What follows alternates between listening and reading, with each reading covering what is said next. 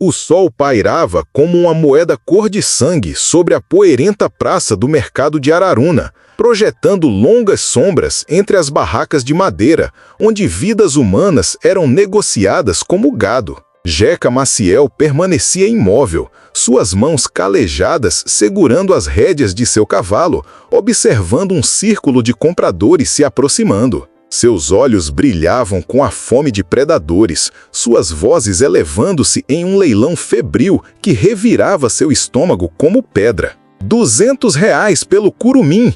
Gritou um homem de terno preto, seus dentes de ouro capturando a luz crepuscular. 300! Rebateu uma mulher, cujo vestido de seda não conseguia esconder a crueldade em seu rosto. A mandíbula de Jeca se contraiu enquanto ele olhava para o embrulho em seus braços. Um bebê indígena, não mais que 6 meses, envolto em um cobertor esfarrapado.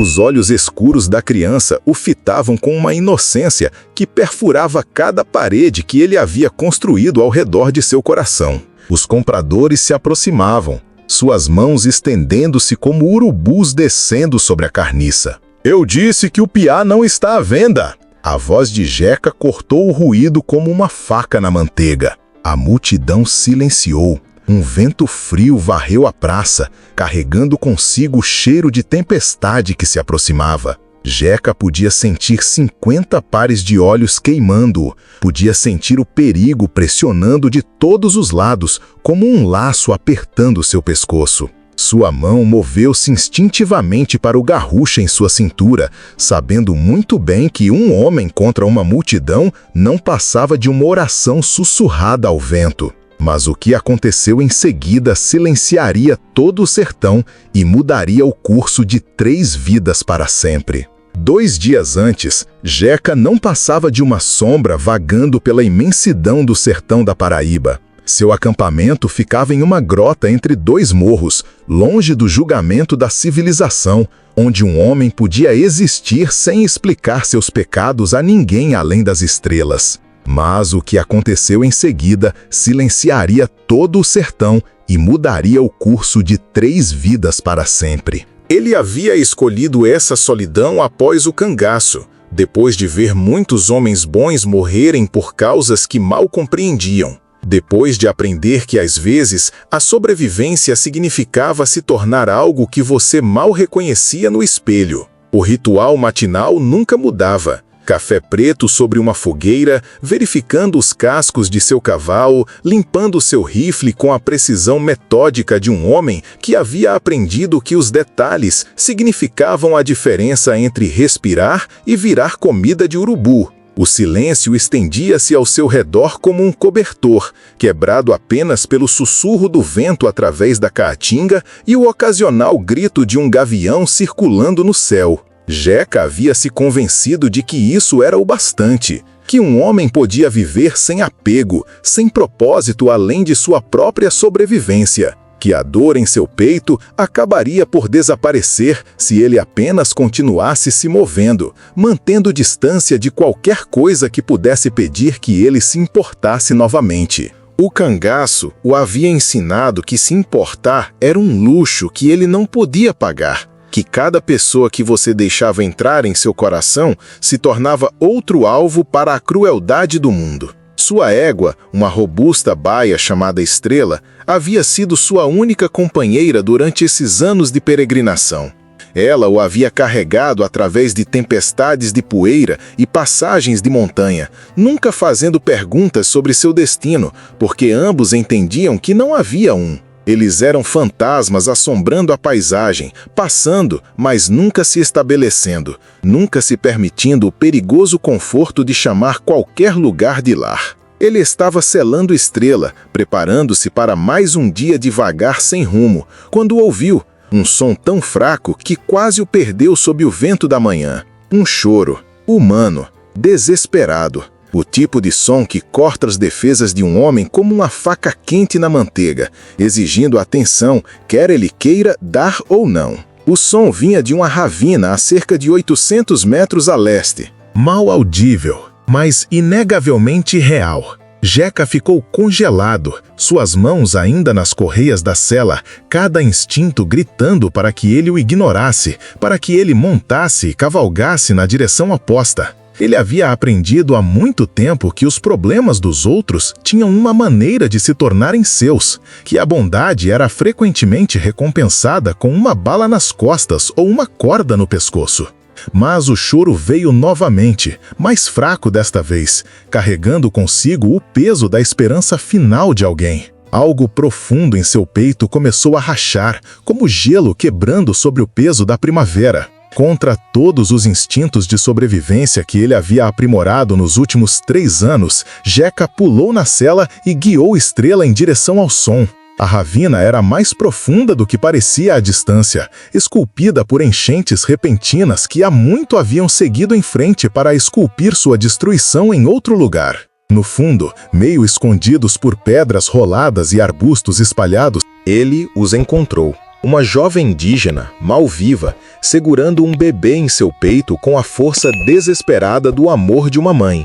Seus olhos tinham o olhar vidrado de alguém equilibrado no fio da navalha entre este mundo e o próximo, mas ainda brilhavam com uma determinação feroz quando ela o viu se aproximando. Ao lado dela jaziam os corpos de 2 homens, provavelmente seu marido e irmão, a julgar por suas características semelhantes. Seu sangue já seco e escuro sob o sol da manhã. A cena contava uma história que Jeca já havia visto muitas vezes antes. Cangaceiros, provavelmente o bando de Zé Limeira que vinha aterrorizando o sertão há meses, haviam pegado essa família em campo aberto. Os homens haviam lutado e morrido protegendo o que mais amavam. A mulher, de alguma forma, havia chegado até ali antes que sua força finalmente começasse a falhar.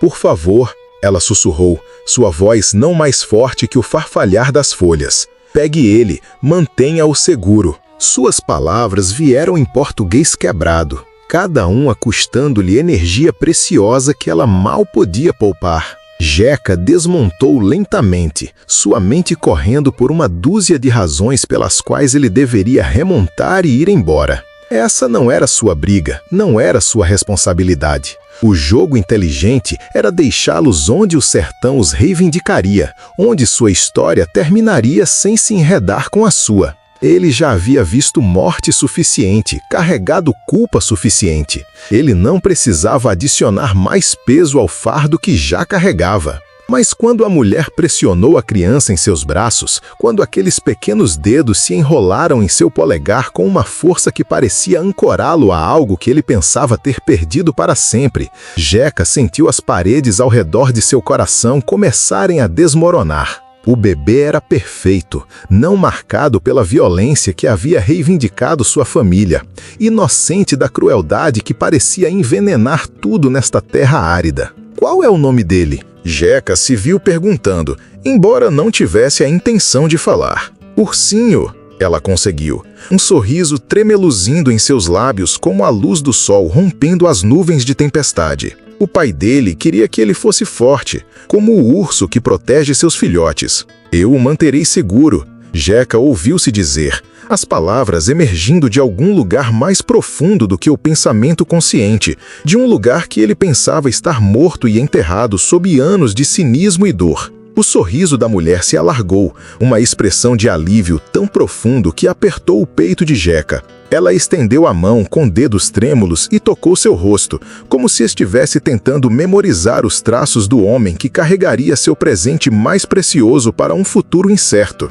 "Obrigada", ela sussurrou. Então, ela fechou os olhos e deixou o sertão reivindicá-la, deixando-o sozinho com uma promessa que lhe custaria tudo e uma criança que o ensinaria o que significava esperar novamente. Mas sua bondade logo convocaria algo muito maior que gratidão e muito mais perigoso do que ele podia imaginar. A notícia viajou rápido no sertão, carregada pelos ventos da fofoca e da desconfiança que conectavam cada povoado como uma teia invisível. Em poucas horas, o ato de misericórdia de Jeca havia chegado aos ouvidos do coronel Guedes, um homem cujo distintivo se tornara sinônimo de brutalidade disfarçada de justiça. Guedes administrava o comércio de pessoas em Araruna como um reino pessoal, pegando sua parte de cada transação enquanto usava a pretensão de lei e ordem como um terno mal ajustado. O coronel era um homem que havia aprendido a lucrar com a miséria dos outros, que via a fraqueza como oportunidade e a bondade como estupidez. Ele havia construído sua reputação sendo o tipo de homem da lei que fazia perguntas depois que o tiroteio terminava, que acreditava que a ordem era mais importante que a justiça e que algumas pessoas simplesmente valiam mais que outras. "Você tá abrigando propriedade roubada, Maciel." A voz de Guedes ecoou pelo acampamento de Jeca como o chocalho de uma cascavel se preparando para atacar. Jeca ergueu os olhos da fogueira onde estava esquentando leite para o bebê, sua mão movendo-se instintivamente para sua arma. O coronel sentava-se em seu cavalo como um homem que nunca havia conhecido o medo, cercado por 3 jagunços cuja lealdade havia sido comprada com dinheiro de sangue e culpa compartilhada. "Criança não é propriedade, coronel. Curumim vale uma boa grana para o comprador certo. Você está interferindo no comércio." Os jagunços de Guedes se espalharam atrás dele, suas intenções claras como o sol poente. "Entregue-o e vamos chamar isso de mal-entendido. Finja que essa conversa nunca aconteceu." O bebê se mexeu nos braços de Jeca, emitindo sons suaves que pareciam ecoar no crepúsculo crescente. Jeca podia sentir o peso do momento se instalando ao seu redor como chumbo em seus ossos. Ele podia entregar a criança, ir embora limpo, retornar à sua existência solitária sem consequências. Seria o jogo inteligente, o jogo seguro, o tipo de decisão que mantinha um homem respirando em um mundo que tinha pouca paciência para heróis. Por trás das palavras de Guedes havia uma ameaça não dita: coopere ou enfrente as consequências. Jeca havia visto o que acontecia com os homens que cruzavam o coronel. Alguns desapareceram silenciosamente na noite. Outros foram encontrados pendurados em árvores, com bilhetes presos em seus peitos. Avisos para quem mais considerasse desafiar a ordem estabelecida. "Não", disse Jeca simplesmente, a palavra caindo no silêncio como uma pedra jogada em água parada. O rosto de Guedes endureceu, a máscara de civilidade escorregando para revelar o predador por baixo. "Então você o trará ao mercado amanhã, ao pôr do sol, ou nós viremos buscá-lo. E você não vai gostar muito de como essa conversa vai acontecer." Ele girou seu cavalo, seus jagunços seguindo como cães de caça, obedecendo a seu mestre. "Pense bem sobre isso, Maciel. Homens mortos não criam filhos." Enquanto o coronel e seus homens se afastavam, Jeca sentou-se junto à sua fogueira e olhou para o bebê adormecido. O rosto da criança estava tranquilo, confiante, não marcado pelo conhecimento do que os homens eram capazes de fazer uns aos outros. Algo sobre essa inocência fez o peito de Jeca doer com uma dor que ele pensava ter enterrado com sucesso sob camadas de tecido cicatricial e experiência amarga. Naquela noite, enquanto fazia vigília sobre a criança, Jeca se viu lembrando de coisas que havia anos tentando esquecer.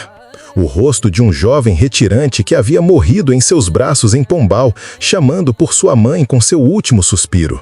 A fazenda queimada onde ele havia encontrado uma família de colonos, mortos pelo crime de estarem no lugar errado quando os cangaceiros passaram. A lenta erosão de sua fé na humanidade, desgastada como pedra sob um rio implacável.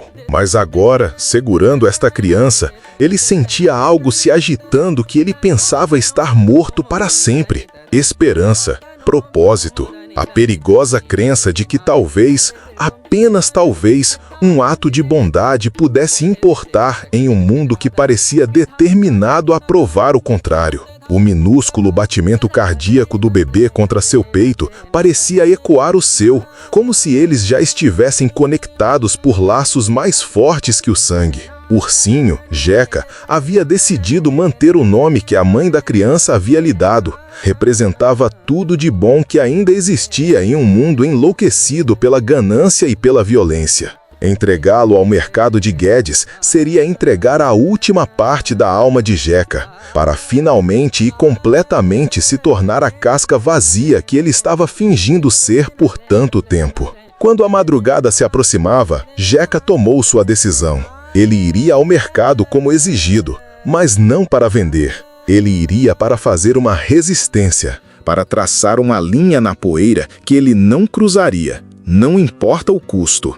Se isso significasse morrer em uma praça empoeirada, pelo menos seria por algo que importava. Na noite seguinte, Jeca se encontrou no centro da praça do mercado de Araruna, cercado pelos urubus do comércio humano. A praça cheirava a desespero e ganância, cheia de compradores que viam a carne como mercadoria e o sofrimento como margem de lucro. Suas ofertas ficaram mais altas, mais agressivas, mas Jeca permaneceu impassível, o bebê embalado protetoramente contra seu peito. R$ 400, oferta final. O homem de terno preto se aproximou, sua respiração cheirando a cachaça e ganância. Seus olhos tinham o cálculo frio de alguém que havia aprendido a colocar valor monetário na vida humana sem hesitar. A voz de Jeca cortou o ruído como vento de inverno. Eu já disse, o piá não está à venda, nem por 400, nem por 4.000, nem por todo o ouro de Minas Gerais.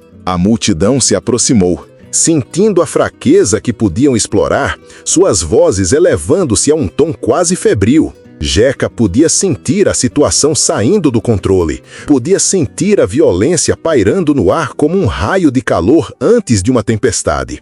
Sua mão encontrou o cabo de seu garrucha, embora ele soubesse que 6 balas não seriam suficientes se essa multidão decidisse pegar o que queria à força. O coronel Guedes estava à beira da multidão, seu rosto uma máscara de satisfação presunçosa.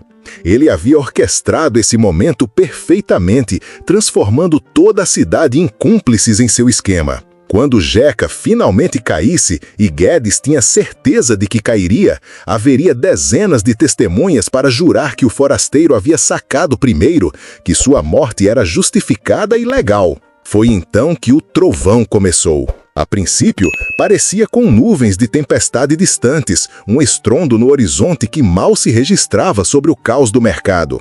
Mas quando o som se aproximou, mais distinto, Jeca percebeu que não era trovão. Era o som de cavalos, dezenas deles, se aproximando a galope de todas as direções. A multidão começou a se aquietar, suas cabeças se voltando para o som que parecia vir de todos os lugares ao mesmo tempo. Até mesmo Guedes parecia incerto pela primeira vez desde que Jeca o conhecia, sua mão movendo-se instintivamente para sua arma, enquanto ele tentava identificar a fonte dos cavaleiros que se aproximavam. Jeca sentiu o bebê se mexer contra seu peito, pequenos dedos agarrando sua camisa, como se sentissem a mudança no ar ao seu redor. Os olhos escuros do bebê se abriram, olhando para ele com total confiança. E Jeca sentiu algo mudar dentro de seu peito. Não medo, mas uma estranha espécie de paz. O que quer que estivesse vindo, ele enfrentaria de pé, segurando esta criança, provando que algumas coisas valem mais que dinheiro ou segurança. E naquele silêncio, a própria terra pareceu prender a respiração, esperando por qualquer força que estivesse prestes a descer sobre Araruna como o dia do juízo final. Os cavaleiros apareceram na periferia da cidade como fantasmas se materializando do calor do sertão. Os cascos de seus cavalos levantando nuvens de poeira que capturaram a luz crepuscular e a transformaram em algo quase sobrenatural. Não eram policiais, nem homens da lei, não o tipo de sujeito que Zé esperava. Eram diferentes. Seus rostos carregavam as marcas distintas do trabalho duro. Suas roupas eram vestimentas simples de trabalho, remendadas e retalhadas com o cuidado de pessoas que possuíam pouco, mas valorizavam o que tinham. Eram ex-escravos. Zé reconheceu o líder deles imediatamente, Moisés Liberdade, um homem cuja reputação havia se espalhado pelo sertão como rastilho de pólvora. Liberdade havia lutado com os abolicionistas durante a guerra, liderado 3 diferentes fugas de senzalas antes da Lei Áurea e, desde então, Passara os anos ajudando outros a encontrarem o caminho para a liberdade, através de uma rede clandestina que se estendia de Minas Gerais ao Rio Grande do Sul. Era uma figura lendária, falada em sussurros ao redor de fogueiras e nos fundos de botecos. Um homem que transformara sofrimento em força e opressão em oportunidade. Liberdade era alto e de ombros largos, com cabelos grisalhos e olhos que continham a sabedoria de alguém que vira o pior da humanidade e ainda escolhia acreditar em sua capacidade para o bem. Cicatrizes cruzavam sua pele escura, evidência de uma vida inteira gasta lutando pelo direito de ser tratado como humano, mas sua postura era a de um homem que nunca permitira que outros definissem seu valor. Liberdade desmontou lentamente, seus movimentos deliberados e imponentes. Atrás dele, 49 outros cavaleiros fizeram o mesmo, suas botas atingindo o chão empoeirado com o som de um trovão ecoando pelos campos. Eles se organizaram em um semicírculo ao redor da Praça do Mercado, sua presença mudando toda a atmosfera como nuvens de tempestade bloqueando o sol. A multidão de compradores se remexeu nervosamente, de repente incerta sobre sua posição nesta trama que se desenrolava. Não eram homens para serem menosprezados. Seus rostos carregavam a confiança duramente conquistada de pessoas que sobreviveram ao impensável e emergiram mais fortes por isso. Muitos carregavam as marcas físicas de sua antiga escravidão, mas todos se portavam com a dignidade de homens que aprenderam que a liberdade era algo que se tomava, não algo que era dado. Boa tarde, pessoal! A voz de Liberdade carregava o peso da autoridade conquistada através do sofrimento e da luta. Ouvi dizer que vocês estavam tendo uma discussão sobre o valor da vida humana. O delegado Sebastião deu um passo à frente, seu distintivo captando a luz fraca, mas de alguma forma parecendo menos impressionante do que momentos antes. Isto é assunto oficial, Liberdade. Circule. Veja, delegado, é aí que você se engana. O sorriso de Liberdade não continha calor, apenas a fria satisfação de um homem que esperava por este momento. Esta criança pertence à minha filha adotiva, Jurema Flecha Veloz. Ela foi morta há 2 dias por jagunços, junto com seu marido e irmão. Este homem aqui, Liberdade acenou para Zé, salvou o menino dela. Manteve-o seguro quando o mundo inteiro queria transformá-lo em mercadoria. A revelação atingiu Zé como um soco no estômago. A mulher que morrera em seus braços, que confiara a ele seu presente mais precioso, estava ligada à Liberdade. A criança que ele segurava não era apenas uma vítima aleatória de violência. Era a família de um dos homens mais respeitados e temidos do sertão. A multidão se mexeu desconfortavelmente, sentindo que o equilíbrio de poder na praça havia mudado drasticamente. Os homens de Liberdade permaneceram silenciosos, mas prontos, suas mãos descansando casualmente perto de suas armas. Não eram os fugitivos desesperados que Sebastião estava acostumado a intimidar. Eram organizados, determinados e absolutamente destemidos. Zé sentiu a pequena mão do bebê agarrar seu dedo. Um gesto tão pequeno e confiante que parecia ancorá-lo a algo maior do que ele mesmo. Ele olhou nos olhos de Liberdade e viu não raiva, mas uma profunda e duradoura tristeza misturada com feroz proteção. «Você tem provas dessa alegação?» Sebastião exigiu, sua voz carregando menos autoridade do que momentos antes. Liberdade enfiou a mão em seu colete e retirou algo que fez a respiração de Zé falhar. Era um pequeno relicário de prata, manchado pela idade, mas inconfundivelmente indígena em seu design. O trabalho em metal era requintado, claramente o produto de gerações de artesãos habilidosos, e parecia brilhar com sua própria luz interior no sol poente. Com dedos cuidadosos, Liberdade abriu o relicário para revelar uma minúscula fotografia. A mulher que havia morrido nos braços de Zé há 2 dias, sorrindo ao lado de um homem negro alto que compartilhava os traços fortes de Liberdade. A imagem era pequena, mas clara, mostrando um momento de pura felicidade que tornava a tragédia de sua morte ainda mais pungente. Jurema era minha nora. disse Liberdade calmamente, sua voz carregando o peso da perda pessoal. Casou-se com meu filho Tomás, antes que ele fosse para o interior começar uma nova vida com o povo dela. Este relicário era da avó dela, passado através de 4 gerações de mulheres fortes que conheciam o valor da família. Ele olhou diretamente para Zé, seus olhos intensos, mas não hostis. Ela teria confiado apenas em alguém com honra para cuidar de seu filho. A praça do mercado caiu em silêncio absoluto. Zé podia ouvir seu próprio batimento cardíaco, podia sentir o peso de 50 pares de olhos estudando seu rosto, medindo seu caráter de maneiras que importavam mais do que qualquer tribunal jamais poderia. O bebê em seus braços emitia um som suave, completamente alheio à trama que se desenrolava ao seu redor. Um dos auxiliares de Sebastião sussurrou urgentemente em seu ouvido, provavelmente aconselhando a retirada diante da oposição esmagadora, mas o delegado o dispensou com visível irritação. Ainda não muda a situação legal. Bebê indígena não tem direitos sob a lei. Foi então que algo extraordinário aconteceu.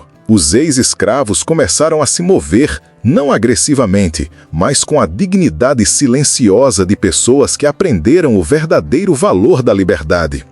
Eles formaram um círculo protetor ao redor de Zé e do bebê, sua presença tão sólida e inabalável quanto montanhas.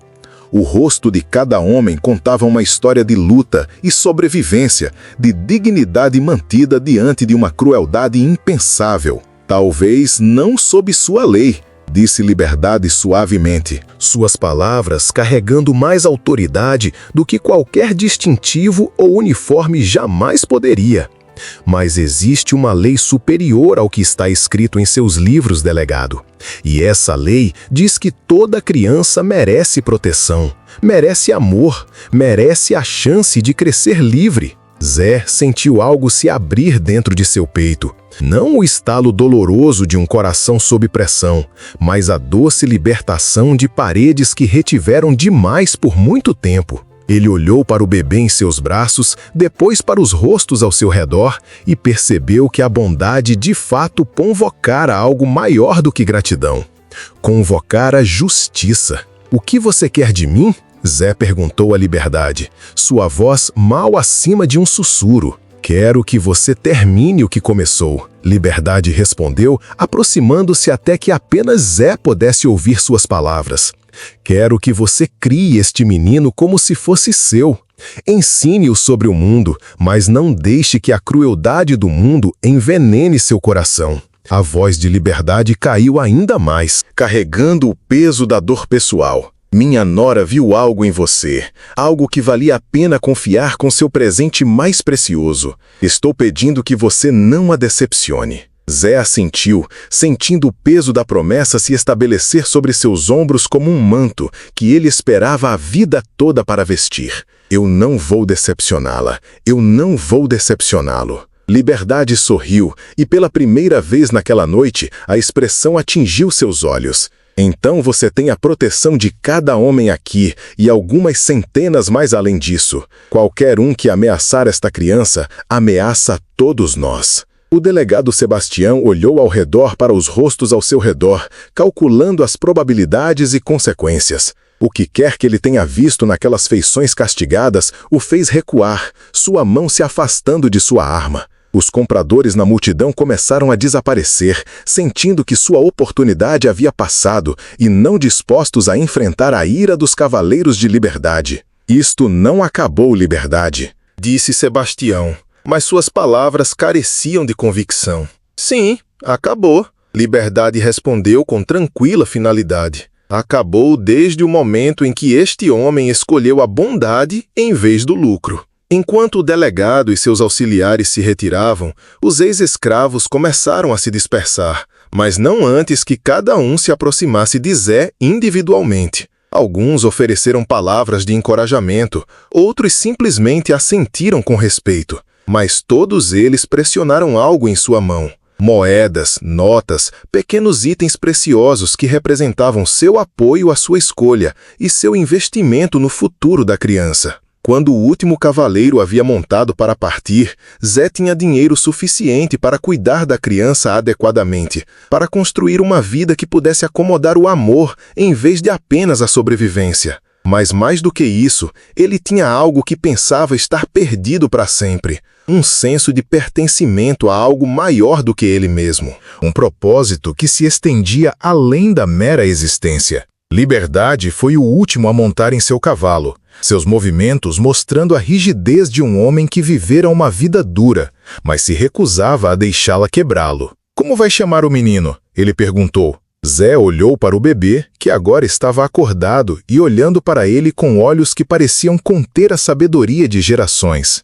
Estava pensando em Samuel, ele disse. Samuel Esperança Moreira. Mas vou ensiná-lo sobre seu nome de verdade também, sobre flecha veloz e o que significa ser forte. O sorriso de Liberdade era radiante, transformando suas feições castigadas. Jurema gostaria disso. Esperança. Sim, ela gostaria muito disso. Ele fez uma pausa, então acrescentou. Estaremos de olho em você de vez em quando.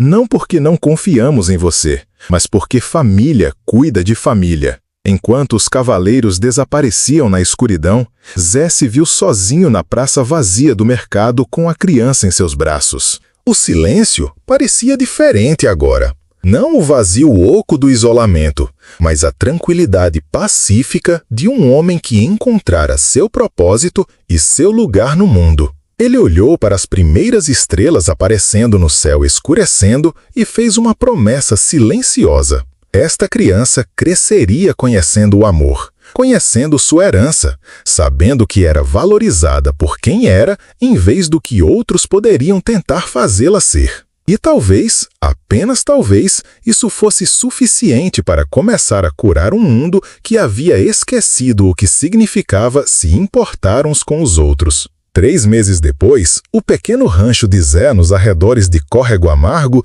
se tornava algo como uma curiosidade local. Viajantes frequentemente paravam para descansar, atraídos pelo som de risadas ecoando da modesta cabana que ele construíra com suas próprias mãos e o dinheiro que os cavaleiros de Liberdade lhe deram.